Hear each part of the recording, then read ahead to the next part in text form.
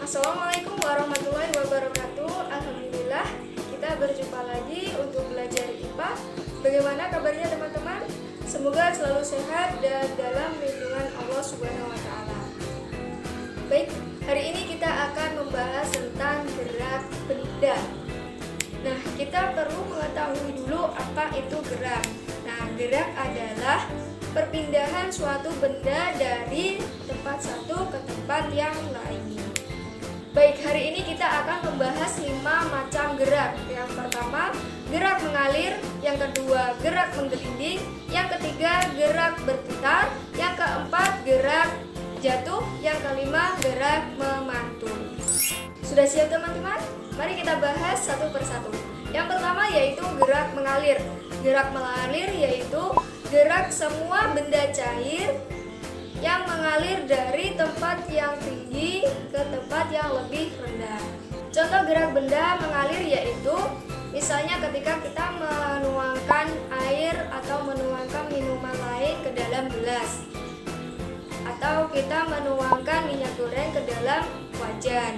Bisa juga contoh gerak mengalir yaitu gerak aliran sungai. Kemudian apa bedanya dengan menetes? Menetes yaitu terpotongnya aliran benda cair. Jadi ketika terjadi perpotongan, maka benda cair itu akan membentuk bulatan yang biasa kita sebut dengan menetes. Misalnya ketika kita menutup keran tapi kurang rapat, dia akan menyebabkan tetesan. Atau misalnya ketika hujan mulai reda, maka air yang jatuh dari genting ke tanah akan berupa tetesan. Gerak yang kedua yaitu gerak menggelinding. Nah, gerak menggelinding yaitu gerak berputar sambil berpindah tempat.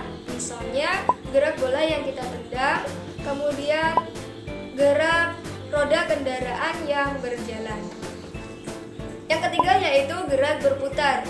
Nah, gerak berputar yaitu gerak suatu benda membentuk sudut 360 derajat, di mana gerak berputar itu tidak mengalami perpindahan tempat karena dia berputar pada porosnya. Misalnya jarum jam, misalnya baling-baling kipas angin, ataupun baling-baling helikopter. Yang keempat yaitu gerak jatuh. Nah, gerak benda jatuh ini terjadi ketika benda tidak ada penahan di bawahnya, sehingga dia jatuh menuju ke pusat bumi karena adanya gaya gravitasi. Contoh gerak jatuh yaitu misalnya buah yang sudah masak dari pohon kemudian jatuh ke bawah, ataupun ketika kita misalnya melemparkan batu ke atas, kemudian dia akan mengalami gerak jatuh. Yang kelima yaitu gerak memantul. Gerak memantul adalah gerak suatu benda berbalik arah setelah mengenai benda yang lebih keras. Nah, gerak benda memantul ini biasanya mudah terjadi pada benda yang lebih lentur atau terbuat dari karet. Contoh gerak memantul yaitu misalnya ketika kita melemparkan bola, melemparkan ke atas, kemudian ketika jatuh mengenai lantai, bola itu akan berbalik arah atau ke atas lagi. Itu yang disebut memantul. Alhamdulillah teman-teman, itulah yang bisa kita pelajari hari ini. Semoga bermanfaat, semoga bisa menambah pengetahuan kita, bisa merefresh pengetahuan kita. Tetap semangat dan selalu jaga kesehatan.